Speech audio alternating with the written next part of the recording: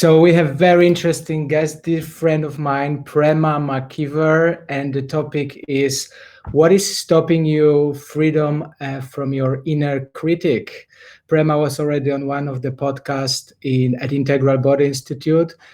Prema is a body-based therapist, group facilitator, and teacher who combines more than 20 years of experience in Eastern medicine, meditation, emotional release work, and body-mind therapies.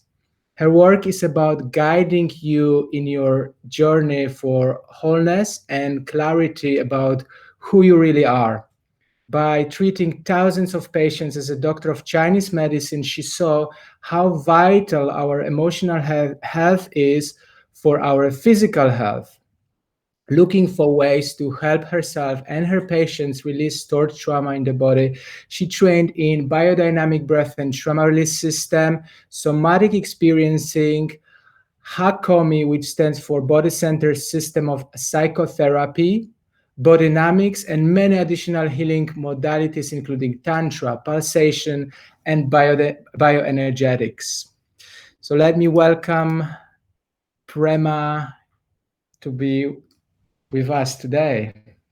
Hey, Nisarga, great to see you. So happy to be here. Always great to see you, likewise. What is stopping you? Freedom from inner critic, such a wide subject. We could probably talk days about it or hours at least. So, where would you like to start this topic? Such important one. Yeah, so this is a really important topic, and I think it's great that we're talking about it here at the start of the new year, because this is the time where so many people are looking at making changes in their life. They want to start in new directions, new goals, and the inner critic is one of the things that kind of stops us in that process. We have all these great ideas. We want to go into this big expansion in our life, and then something, and we don't even know what after a while, seems to contract us back down. And oftentimes that's the inner critic. So I think I'd like to begin actually just acknowledging one, that our inner critic is always here. And in fact, it's here right now as we're listening to this talk. As I'm talking, my inner critic is here. As everyone in the audience is listening, their inner critic is here. But I'd like to, before we go into this in a deeper way, into this topic, I'd like to really bring in an experiential piece, a way to resource us as a group, to bring in the power of compassion, of open-heartedness, of really acceptance as a resource for us, because this is a really challenging topic for most of us. And for many of us, it's quite a painful part of our life. So let's move first into a bit of a resource, okay? Sure. Yeah, okay. So I'd like to invite, yourself, myself, and also everyone who's listening to just kind of sink into your chair a bit, relax. If possible, feel your feet on the floor so you have that connection to the ground.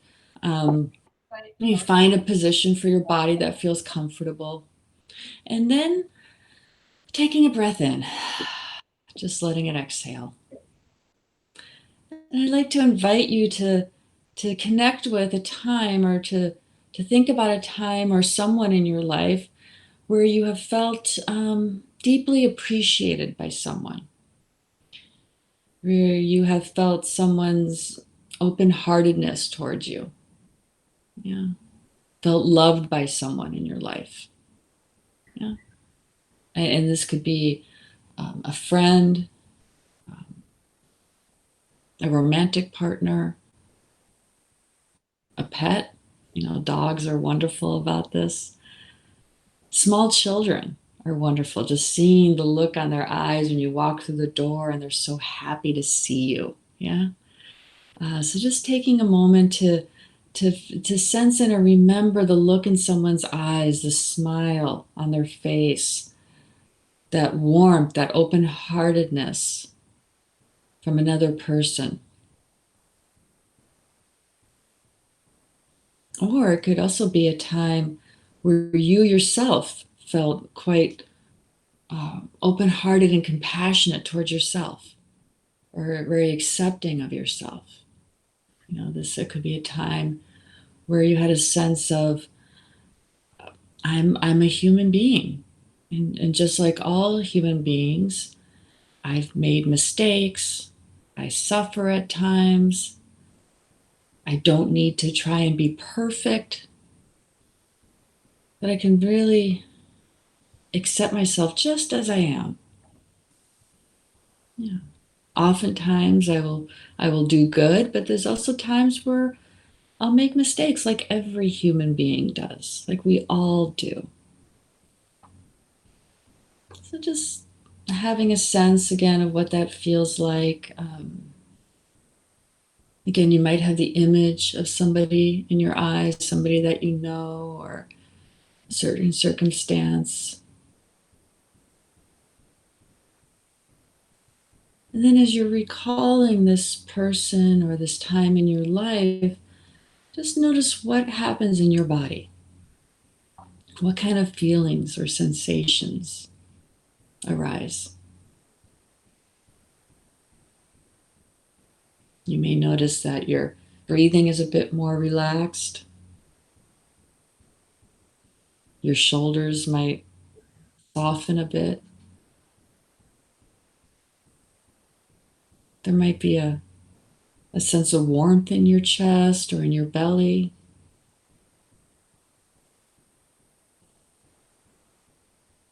Just taking this time to really let yourself really take in this feeling of open-heartedness, this feeling of acceptance. Not only from other people, but if you can, also self-acceptance. That sense of, okay, I'm good enough just as I am.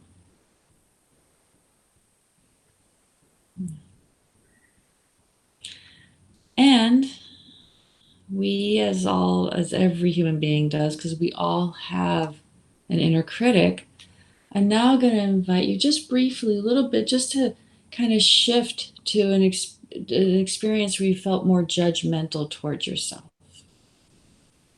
Maybe you wanted to write something or say something to somebody, and then you thought, no, I shouldn't do that. Or maybe you made a piece of art, a painting or a drawing, and then you looked at it and you just felt kind of critical towards yourself. Or often is something about our bodies. I'm not tall enough, I'm not thin enough, I'm not enough, I'm not young enough, whatever it may be. Just taking just a moment to touch in and just notice again what changes in your body, what shifts here when you tune into this experience of your inner critic. Sometimes our posture changes, or our shoulders tighten up, or we feel our bellies kind of get a little hard. We're not going to spend too much time here, but just tuning in and just noticing, just touching a little bit. What's this like? And then I'd like to invite us to shift back.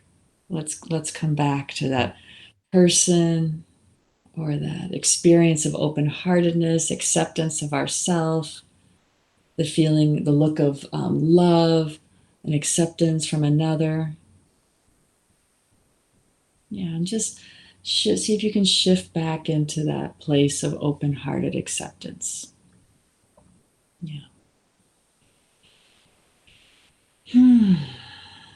So, yeah, I think we'll just go on from there. You've noticed a difference there in these two experiences? Such a wonderful guided meditation for me. When we started this life, I found myself introducing you, and there was so much inner critic in my head about how do I introduce it, how do I present you, and how to start. And so I noticed my body really kind of stiffen up, contracts. I could feel my heart rate raising. And then just this moment of resourcing that you guided me us here, it really brought me back to that kind of stillness. But what I really like about that, you mentioned something, you are good as you are. And that was something for me, like thinking, okay, I can relax, I don't need to perform anything, it's just everything is okay. It was beautiful. And then just shifting between the resource and shifting between that inner critic that brings a little bit of stress in my body. So wonderful. Thank you for that beautiful meditation. And thank you for sharing that, Nisarga. What you just so vulnerably just shared right there, I think is the experience of all of us. We all have an inner critic. And we always all will have an inner critic. We don't actually get rid of it, but we change our relationship to it. And that's one of the things I want to make sure that we touch on today, because I think it's a really important piece in our discussion. Yeah. So where does the inner critic comes from, and do we have one? I guess you already mentioned we constantly have that inner voices, but where does it come from? Where we learn for the first time when it appears in our life? Yeah. Well, the inner critic is a natural part of our development of a personality. And it's here basically, if I can sum it up in 2 or 3 words, it's here to make us safe and lovable. That's the whole goal of the critic, to make us safe and lovable. In us, in our development of our personality structure, it generally develops between the age of 3 to 7, so right around 5 years old. And this is the time in our lives where, as children, we're really being shaped by our environment. I don't know if you are around kids of this age much, but if you watch them, they are very observant. They pick up the rules. They are learning the relationships, what gets rewarded, what gets punished, what does mommy and daddy like, what does mommy and daddy not like. So the child in this age, we are really learning what are the expectations of our environment and how do we get rewarded. How do we keep up that feeling of being safe and being lovable by mommy and daddy? Also in school, obviously, this is the age where, as children, we start to leave home. We're not spending so much time at home, and we start to go off for school. So the critic it acts as a motivator in many ways. It's there to get us to act in ways that will be valued, that will get us appreciation and rewards, and pull us back from any actions that might be disapproved of. Particularly, and this is the important piece, particularly feelings or actions that were not allowed in your family system. And that's where we tend to really develop the inner critic around. I think a helpful way to look at it is you can think about what are some of the triggers for your inner critic. You can help identify some of the triggers for your inner critic by thinking about what parts of you did your family really support? What parts of you were encouraged? What feelings were really welcomed in your family? So, for instance, in me, my family, my mom is very, gosh, she might be watching. My mom is a very intelligent, intellectual woman. And we were really encouraged to study and to read and to be smart. That's what my family really delighted in. It wasn't so much about play. It wasn't about relaxing. It wasn't about even we were to be smart, but also be in agreement with authority. So it wasn't also about thinking for ourselves too much.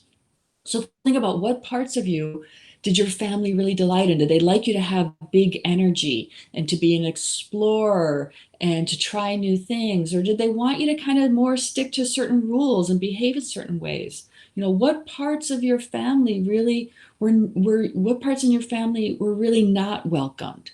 What feelings were not welcomed? Maybe in your family you could be happy and cheerful, but if you were, say, angry or sad, it wasn't okay. You got the subtle message from your family of get over it. Let's move on.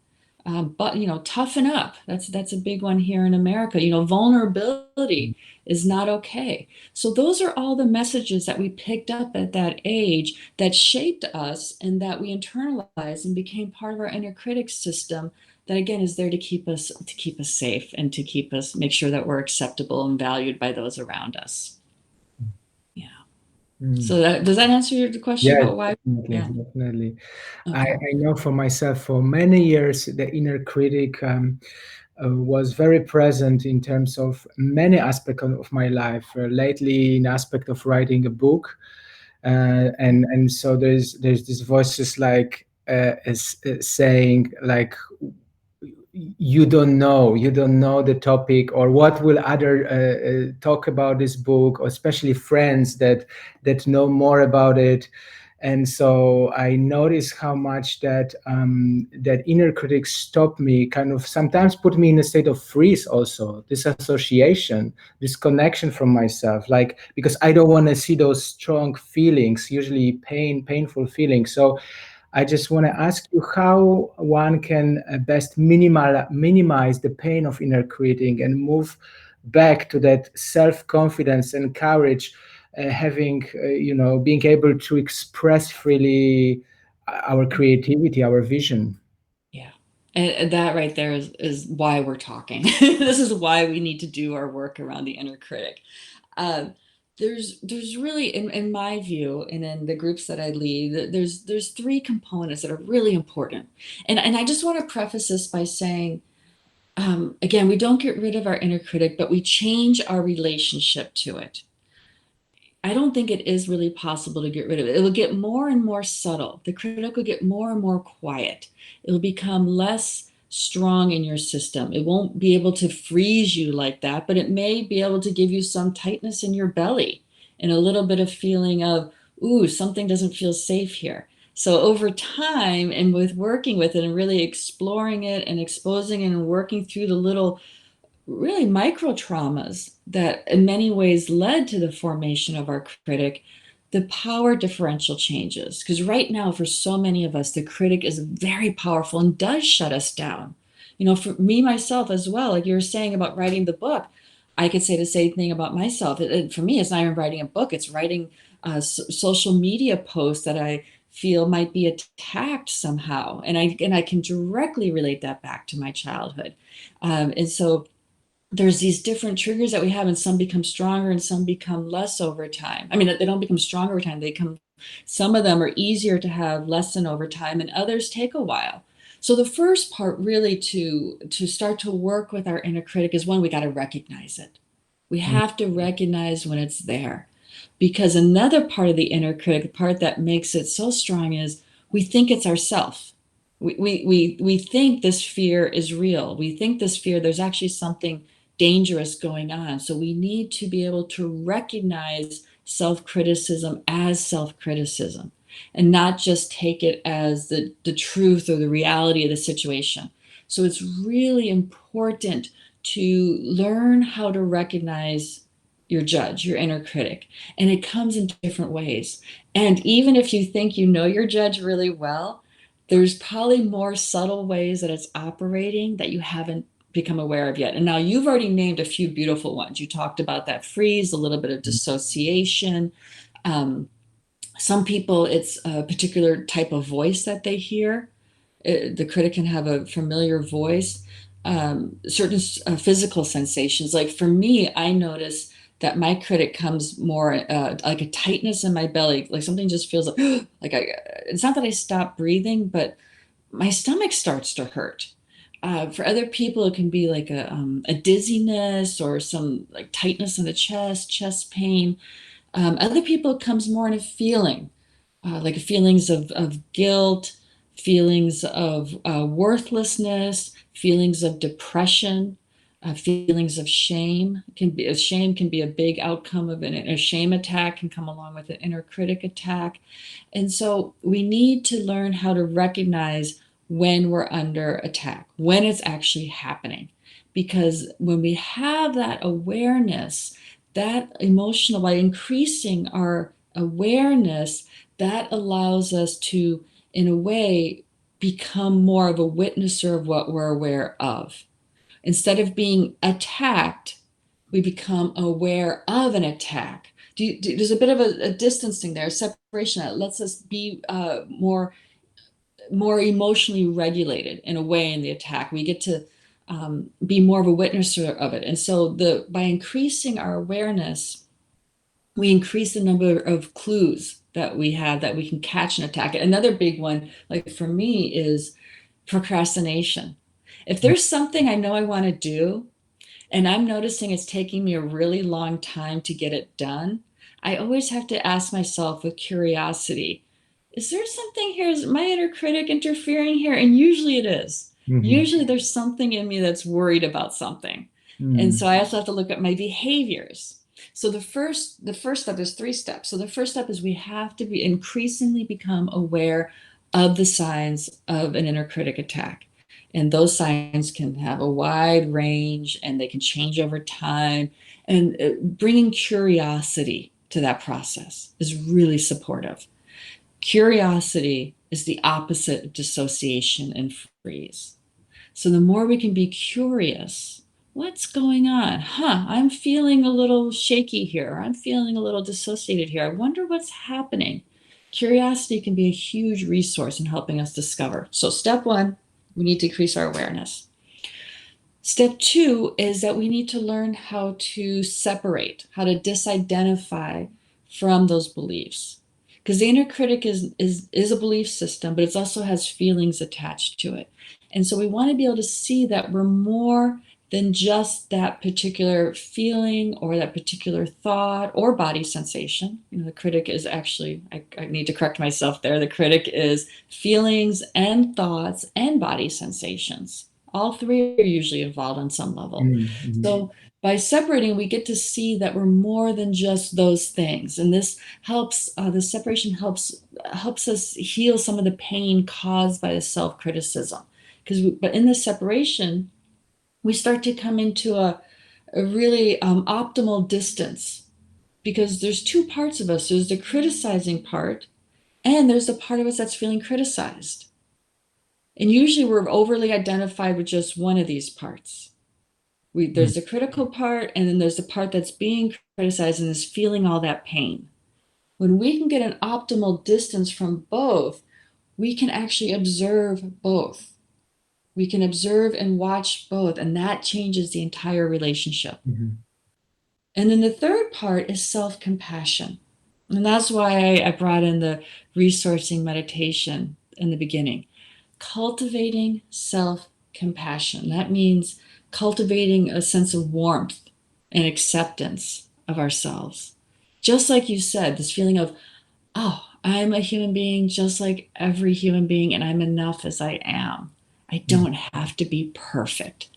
That can change so much in the inner critic relationship by having that compassion, be able to step back and be able to be with both these parts, the criticized and the one who's doing the criticizing. Both of these parts with compassion. It's so helpful in coming out from the suffering that is in the experience of being attacked by our critic. Wow, that's wonderful. Something comes to me now while hearing you also, and that's about my personal experience with inner critic. There are times in my life that I am disconnected from. Somehow, I'm sure it's present, but somehow I'm disconnected, and I think it comes from a Reichian body type structure, being a psychopathic structure, which sometimes can be, I can notice being sometimes egocentric or self-centered. And I find myself so many times in a situation where I underestimated my skills, or I push myself into a situation where I shouldn't be there. And somehow I missed that point where my inner critic was shouting, man, you are not ready. And so the question, and I'm sure maybe some of our viewers today, which I welcome everybody, might have similar experience where we push ourselves and that inner critic is somehow numb or disconnected, and how we can make a contact with the healthy inner critic to see the reality as it is, instead of painting it always, in bright colors, or because in a way, that part of me, I'm very grateful, because it helped me to grow fast and learn fast and be where I am in my life. But when I look back, in many cases, I find myself in a situation where I shouldn't be there. I wasn't ready, So what would you recommend in such cases? That's a really interesting point that you're bringing up there. There is an element, our inner critic can actually take different forms. It's not always a voice that's saying, you're not good enough. Our inner critic can also sometimes be a pusher that's always pushing us to succeed. And I'm not saying you don't have other parts that are also wanting you to succeed in a healthy way, but the critic can come in and co-opt those in a way. So there can be an element of our critic that is like this force that is pushing us always to prove ourselves, prove ourselves. You have to prove yourself. And a good way to tell if it's healthy or if it's the critic is we have to look at what's underneath the pushing. Is it a sense of, if I don't do this, I'm somehow a failure, or I need to push and I need to constantly prove myself? And if I don't, what am I afraid I might feel? And that's a good way to know if it's coming from the critic or if we're pushing ourselves because we have this big goal that's really meaningful to us and that we feel is important for our own growth or for our life purpose, our work, or our pleasure, whatever it may be. So looking at the motivation underneath some of our actions, because sometimes I know for myself, I'm super busy in doing tons of work because one, I'm loving what I'm doing and I'm really excited and I'm inspired by it. And I constantly want to grow and learn and work with people and see what we can really create and change here. And then there's other times I'm working really hard out of the sense of I have to prove myself. I have to somehow show that I'm good enough. I have to, there's this fear of failure underneath it, that if I don't really push and succeed, I might feel failure, which will then cause me to feel shame. And so and my critic is trying right there to push me and push me and push me to keep me away from anything that can make me feel shame. Does that help clarify Yes, it for you now? yes, Okay. definitely. That totally makes sense. Mhm.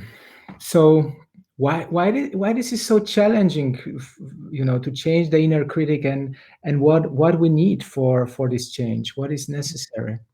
Yeah. So this is where we really need to appreciate that the critic came out of our earliest, most important relationship patterns. Or we didn't form the critic on our own. The critic came out of this whole environment that involved the most important people to us, our parents, our teachers. If we were heavily involved in religious organizations like the church or other religious institutions, the teachings that were going on there, all the authority figures, extended family, older siblings, all of those contributed, those really vital relationships contributed to the forming of our inner critic. These are strong patterns. This is not some simple, I can just do it on my own type thing, because so much of it is also unconscious. So that's why being able to identify the critical voices, especially the more subtle ones, and then separating, disidentifying from them is really difficult. This is not just some snap of the finger sort of thing. And I think the most effective way, in fact, I think what's absolutely necessary is to work with one's inner critic with other people. The critic formed out of our relationships with other people. And oftentimes it formed out of hurt, painful experiences with other people. And I think that we were hurt by other people, and the best way to heal the critic is through healing relationships with other people. And that's where I think group work that is specifically geared towards looking at what are these early patterns? How do we come to have these beliefs about ourselves? What are the feelings that we've locked inside? What are the patterns that we're holding in our body is absolutely necessary to really work with our inner critic. And that by digging into it and really exploring it in a safe environment where we're held by others and supported and guided, that's how we get to change the balance of power with the critic. It goes from being this very powerful force inside of us to becoming much more of, like, we see it as almost in a way a frightened child oftentimes. And And as you know, I'm a facilitator for the Path Retreats work, and we have our two main groups, the 7-day Path of Love and the Weekend Awakening of Love, both really bring focus to how did this whole thing take shape in our life, and what do we need to do? What are the tools? What's the support for being able to disidentify for the critic and to really get in touch with who we are truly, our authentic strength. We need our strength to be able to separate from that inner critic. We need to be in contact with our true power. Because right now, for so many of us, the critic feels like they are the one who has the power. They know the answers. But there's actually this more authentic power that we can be in touch with. We have to be in touch with our feelings, our vulnerability, all the things, our longing, all the things that for so many of us were shut down when we were younger. And out of that shutdown, we form the critic.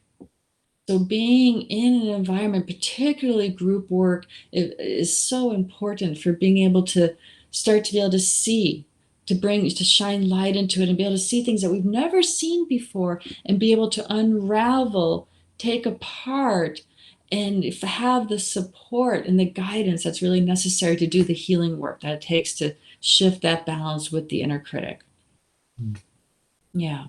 And I think one other thing I want to say is, I've alluded to this a couple of times, but as we change our relationship to the critic, it goes from being this all-knowing, kind of all-powerful, all-seeing force that is running us behind the scenes, making us afraid of this, stay away from that. No, don't be too big. Don't speak out too much. No, don't show your art. No, don't play music, or whatever it may be, or don't share what you really feel about that situation. Don't really speak your truth. It becomes, instead of being this all-powerful thing, it becomes more and more, we're able to turn towards it with curiosity. As the relationship changes to the inner critic, we're able to bring more compassion to the feelings inside. We're able to bring more curiosity and discover what is it that's so concerned inside. And we become then the one who's able to take action and to be able to hold this, like I said, this kind of, in a way, a scared child, and not have it be running the show from behind the scenes. Wow, such a powerful topic. We could go from here to so many topics: self-love, shame, fear, so many things. But I have some comments from the audience. Thank you, everybody, for watching us. We have comment from Mark, loving this, such an important topic. I Thank you. have a comment from Olivia, woohoo, heavy stuff. Yes. But we have to bring humor and curiosity to it. Yes. Yes, I've seen Gita also came in exactly right time. Thank you for this lovely exercise. It was at the beginning. Paragyan, the inner critic is always here till the moment you have a good laugh together. Yep. That's probably very true. Yeah. Yes, beautiful. Beautiful. Thank you, everybody, for joining us. Yeah, thank you. And so maybe at the end, if I could ask you, Prema, to guide us into some practical exercise to bring awareness to inner critic, to shift more to freedom and acceptance, something we can take away home and practice daily. Yeah, okay. As you know, I'm a somatic therapist, and I will always, my favorite is to work with the body. So let's do a somatic practice. So I'd like to invite you and everyone who's listening to, again, start to tune into that inner critic voice, the one that we tuned into at the beginning. You hopefully now you have more awareness of it. You might have started recognizing through our talk today some of the ways that it's been speaking to you or holding you back in some of the things that you want to accomplish and do in your life. So I'm going to invite you just to tune into that voice. And as you're listening to it, kind of like put it at a little bit of an optimal distance, just a little bit.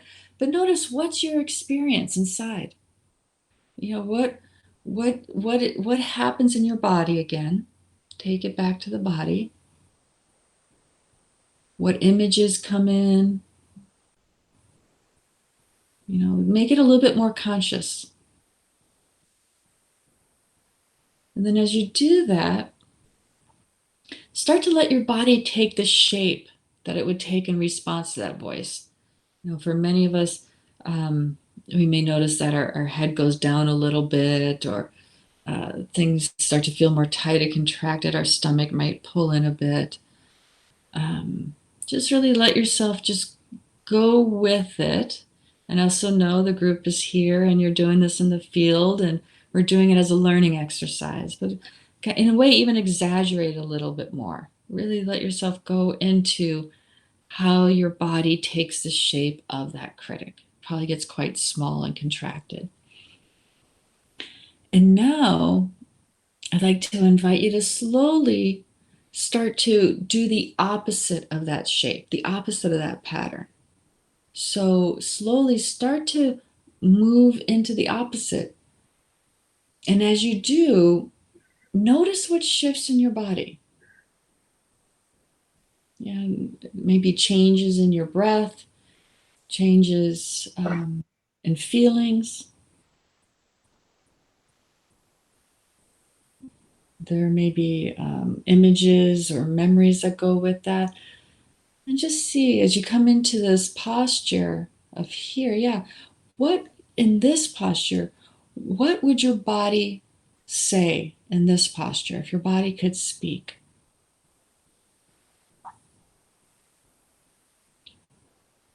And if you like, you can go back and forth a little bit, go into one, really see what the message of your body is.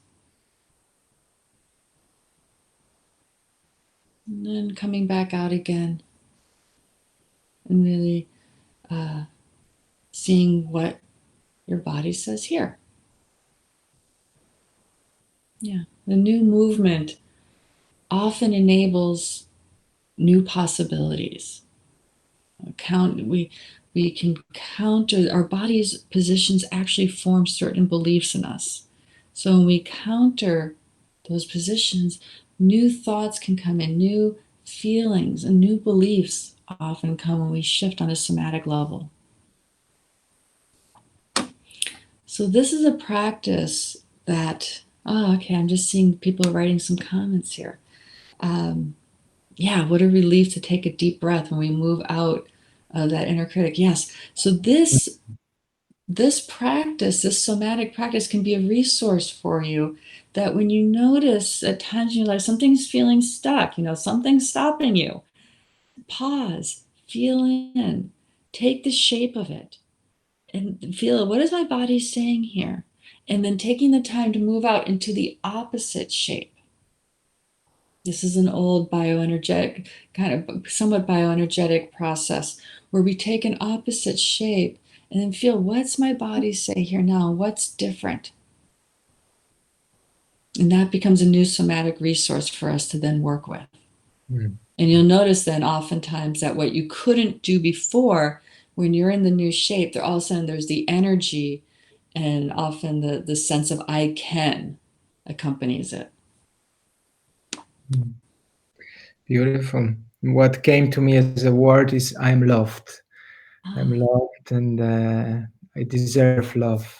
So very touching. I see comment from Paula saying, wow, my breath gets so shallow with inner critic, and what a relief to take a deep breath. Yeah, true. And I love that. And I guess one last thing I would end with, because right what you just said right there, Nisarga, I am love, is that research has shown that just placing our hand on our heart activates oxytocin receptors. And that's part of gives us a feeling of pleasure, feeling of belonging, feeling of safety. And so just being able to put a hand on our heart. And I think even here, saying a few, what I often say to myself, a compassionate statement is a statement that acknowledges the truth. It doesn't try to sugarcoat it.